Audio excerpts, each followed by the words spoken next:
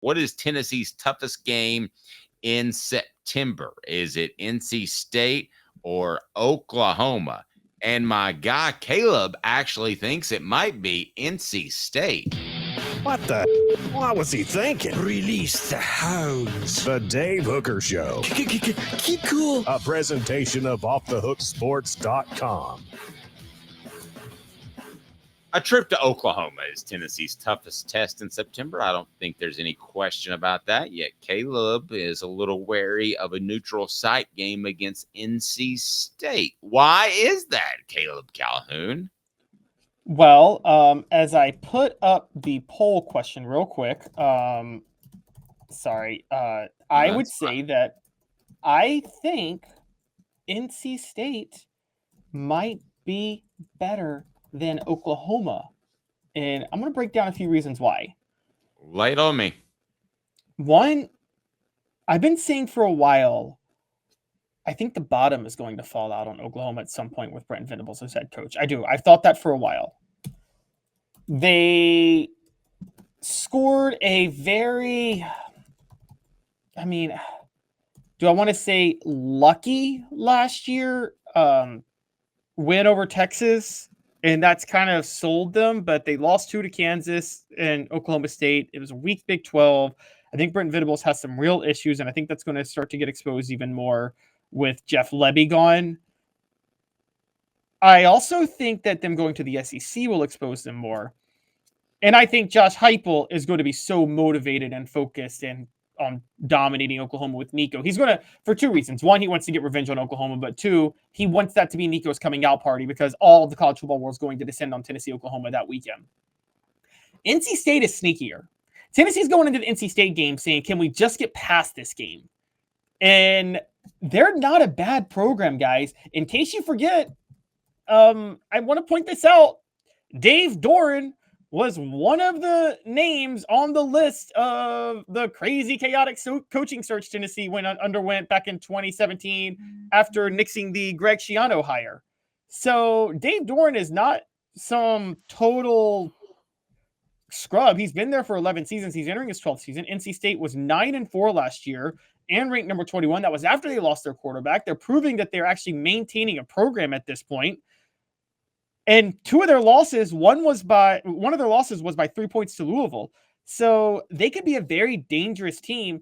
And also, and this is the final part about this. This reminds me of when Tennessee played Pitt in 2022. They were significantly better, but even though they returned a lot of talent, they were still kind of getting adjusted to things at the Pitt game, and they made a lot of mistakes, and they needed overtime to win. There's going to be even more adjustments this year with a new quarterback, receivers getting healthy, linemen getting healthy, people like that. And that's the second game of the year. There's going to be a lot of rest in that game. And NC State's a dangerous team to have a lot of rest against. So I think when you add all those things in, I think NC State's very clearly the tougher game. Now, I'm going to say this. I will put this out right now. If Tennessee beats NC State, they're going to beat the brakes off Oklahoma. They're going to absolutely humiliate them. If they don't get past NC State, they're going to lose to Oklahoma. It's going to derail the team. Let me ask you this. Which loss would be more damaging to Tennessee's football season? Jimmy Heim's nice enough to join us each and every Wednesday. He is on vacation, but his appearances are brought to you by Varner Ford. So, Caleb, are you ready to address that question in 15 seconds? Absolutely. Let's go. All-wheel drive, $31,954. 24 Ford Edge, all-wheel drive, $37,975. 24 F-250 4x4 Crew Cab, $54,760. Ray Varner Ford, your East Tennessee Ford dealership. Okay, a loss to Oklahoma would be an SEC loss. That still sounds weird. A loss to NC State would just be an ACC loss. So on surface level, you would say Oklahoma is the worst game to lose, right? But NC State would be a real kick in the gut. It would, but y'all are going to find this crazy. Even though I think they will lose to Oklahoma if they lose to NC State, I think it's easier to recover from the NC State game. Not just because it's not a conference game. I also think that I've seen a lot of teams lose early non-conference games to bad teams with new quarterbacks and really kind of turn things around. Urban Meyer, the year he won the national title at Ohio State, do you remember how he lost? He lost to Virginia Tech the second week of the season. JT Barrett's second game starting. So I think Urban Meyer. I think if Ohio State could survive that, I think Tennessee could actually survive the NC State game. Yeah, that sounds like a devastating loss, though. I mean, that to me is like a whole nother level of loss. That's like a going back in time loss. That to me feels like almost a Wyoming loss. I know it's not. That NC State's much better, but that's what it feels like to me. Yeah, but okay. It's not like Tennessee hasn't recovered from games like that before. Dave, you covered the Cal game in Berkeley. They lost that, and then they went to go win the East that year. That's true. That was a Cal team that I thought was very motivated to beat Tennessee. Because of what happened the year before. Because of what happened the year before. You're absolutely right. But for the most part, I think you start losing the NC States of the world. That feels butchish to me. There hasn't been a loss where Tennessee just showed up and it felt like Butch Jones was the head coach again, has there? Or that Derek Dooley was sending 38 defensive tackles onto the field. Oh, no, there has. Absolutely, there has. Last year, Missouri and Florida were that, and South Carolina was that the year before. But I give South Carolina a pass because of the James Banks situation. I'm sorry, the Jeremy Banks situation. And then I give Tennessee a bit of a pass because I thought Missouri just outcoached them. Maybe that's a loss. Maybe pass is the wrong word, Caleb. And then I understand what happened at Florida last year, which was the Cooper Mays incident. So there haven't. If you want to throw that one at me, the Missouri game last year, I'd give you that one. But I think that's the only Butch game that's been on Heupel's resume. I'm not going to give the Florida one a pass. I don't care that Cooper Mays was out. That was a bad Florida team. That felt very butchish because that was a team that Tennessee was significantly better than. That they made mistake after mistake in the first half. I'm not going to give you the Florida one. They shouldn't have lost that game. That was inexcusable. And I think that, look, I'm putting a lot of this on Josh Heupel, and this is maybe the only thing that might make me amend my Oklahoma talk is that still have very big concerns about Heupel on the road.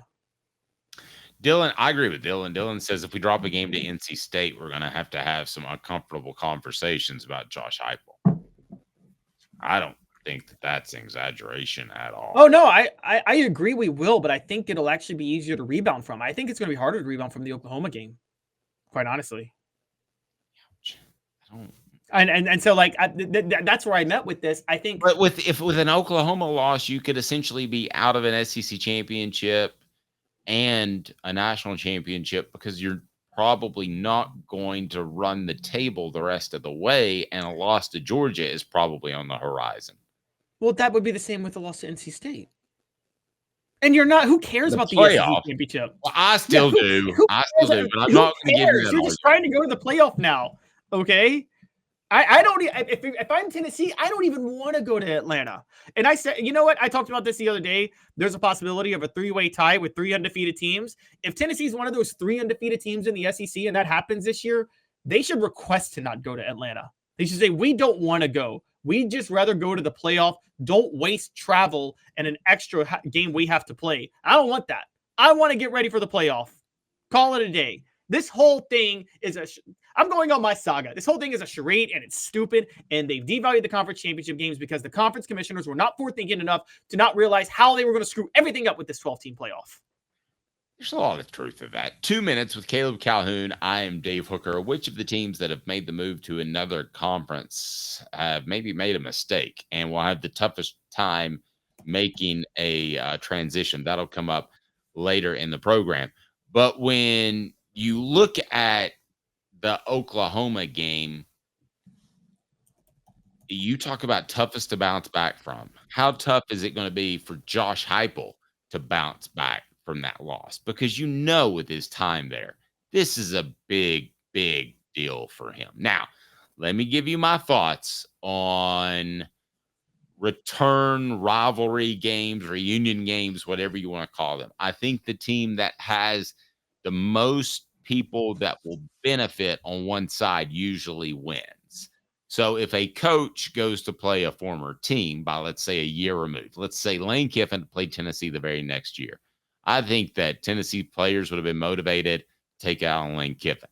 This, however, I think actually Tennessee has an advantage over Oklahoma because they know what Josh Heupel has gone through in Norman, and they want him to look fantastic. They want to back their guy. They know how important it is to him.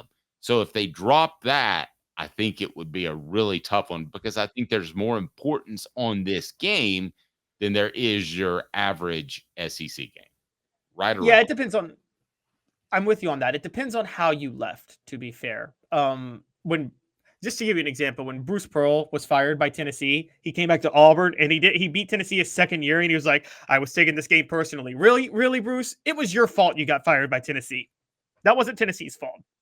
But Josh Heupel does get to take it personal because Josh Heupel was scapegoated by Oklahoma because they wanted to force the RPO air raid offense on him because Bob Stoops got wrecked by Johnny Manziel doing that, and he thought that Trevor Knight could be Johnny Manziel for Oklahoma. Josh Heupel was proven right. It didn't work. Rather than Bob Stoops admit he was wrong, he just fired Josh Heupel and scapegoated him for the fact that his brother was a very incompetent defensive coordinator that year at Oklahoma. So all of that, Josh Heupel has every reason in the world to bitterly resent Oklahoma. And guys, this is why you never have to worry about him going back to Oklahoma. Because as long as they maintain ties with Bob Stoops, Heupel wants nothing to do with that place. In his mind, he won Bob Stoops' only national championship, and he is the reason for Bob Stoops' success, not the other way around. Let me ask you this. I agree with you, but what if he goes out there and puts up a show in Norman? Do they think, let's separate ourselves a little bit from that Stoops guy? Let's separate ourselves from the guys that separated themselves from Josh Heupel. If they have too big of a day, could it make Oklahoma fans say, go get that Josh Heupel from Tennessee? He was our quarterback. Brought to you by Rick Terry Jewelry Design. We want to be your jeweler looking for affordable game day jewelry. How about the Fire Opals? They're awesome. A Tennessee tradition. RickTerryJewelry.com. RickTerryJewelry.com. Could Josh Heupel put on too much of a show in Norman to the point in which Oklahoma fans would say, go get him. I don't care what happened. These other guys don't know what they're doing. Stoops and the crew. I want to go get Josh Heupel. Could he have that big of a day? I think he could. That a lot of the fans would be like, how did you let him get away? Which I'm not trying to poke you into saying Josh Heupel might leave. I don't think he will. I just think it's kind of funny that Tennessee fans now get the poking stick. And the poking stick is to poke Oklahoma and say, got your quarterback. Like Alabama poked LSU, which is their big-time rival, about Nick Saban. I think that's kind of cool for Tennessee fans. Okay, so let's laugh about this. A lot to unpack there. Josh Heupel, not only could he do that, Dave, he wants to do that. That's his goal against Oklahoma this year is to do that. And so now, to be fair, again, you're right. To do that, he's got to get past the NC State game, which still, I guess, in that way makes NC State more important because he's got to get his team the confidence they need. But if let's assume he wins that game and the offense is clicking pretty good. I think Josh Heupel is going to because it's a few things. Again, guys, look at the slate of games that day. Tennessee, Oklahoma. If both teams are undefeated, that's going to be the biggest game of the day. All of the college football world will be descending on Tennessee, Oklahoma that day. It's the SEC opener for both teams. It's Josh Heupel going back to nowhere. There's so many storylines there. I'm telling you, Josh Heupel is going to go out of his way to put on a show to do exactly what you said. Now, Josh Heupel, I don't know what's in his heart with his alma mater and everything like that. I do know this. I do know that he would be, if he does that and he's able to get Tennessee rolling to the point to where he is offered by Oklahoma, he would be in a better position to stay at Tennessee than go to Oklahoma because of the NIL collective at Tennessee is much better, and the recruiting, I think, is better, even though Oklahoma recruits pretty well with Texas. But it could be a Johnny Majors situation. I mean, Tennessee was in bad shape when Johnny Majors took over in 77, but he still wanted to come home to Tennessee because that's where he played. And so it could be that for Josh Heupel. But you're right. Josh Heupel, at the very least, He wants to humiliate Oklahoma to the point to where they would consider cutting ties with Stoops just to go get him. You would love that.